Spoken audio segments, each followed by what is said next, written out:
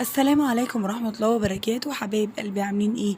اللهم صل وسلم وبارك على نبينا محمد عليه افضل الصلاة والسلام.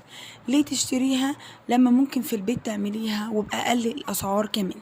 هنبدأ النهاردة، طبعا الجو حر، هنبدأ معاكم النهاردة هنعمل الليمون بالنعناع، احلى من الكافيهات مليون مرة.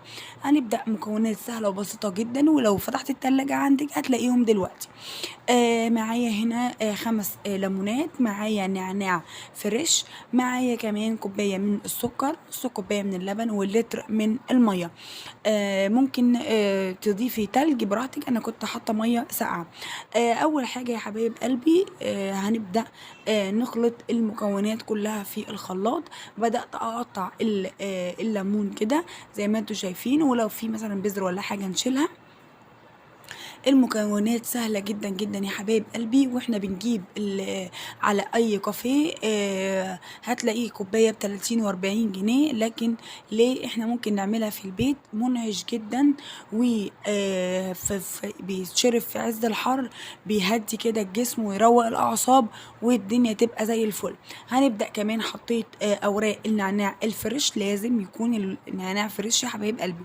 بعد كده بدأت احط نص كوباية اللبن، وبدأت احط السكر والمية. هنبدأ بقى نخلطه كويس جدا جدا في الخلاط. اهم حاجة يا حبيبة قلبي، طول ما انت بتعمليه تخلي بالك كده من الحاجة، ونستغفر ربنا ونصلي على الرسول واحنا واقفين عليه افضل الصلاه والسلام. الحاجه هتطلع منك زي الفل وزي العسل. بعد كده خلاص خلطناها كويس جدا، المكونات كلها مع بعضها. هنبدا بقى نصفيها، عشان لو في اي تفل من الليمون او النعناع غير مرغوب فيه نحطه على جنب. بعد كده بقى إيه التزيين بقى الحلو، دي حاجه ترجع لك.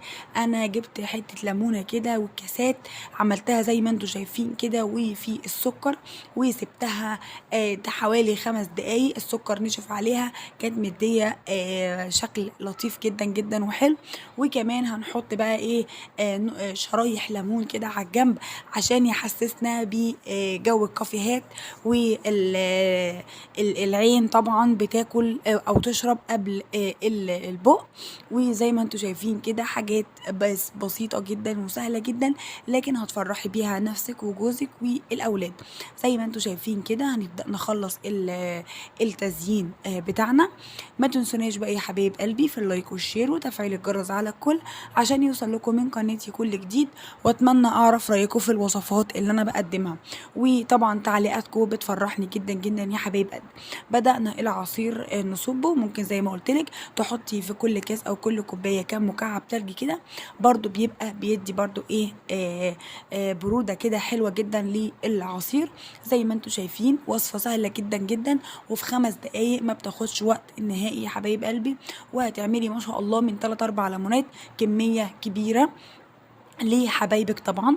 بألف هنا وشفا على قلبكم. وإن شاء الله بإذن الله كل فترة كده هنبدأ ننزل معاكم عصاير للصيف. وبألف هنا وشفا على قلبكم يا حبايب قلبي.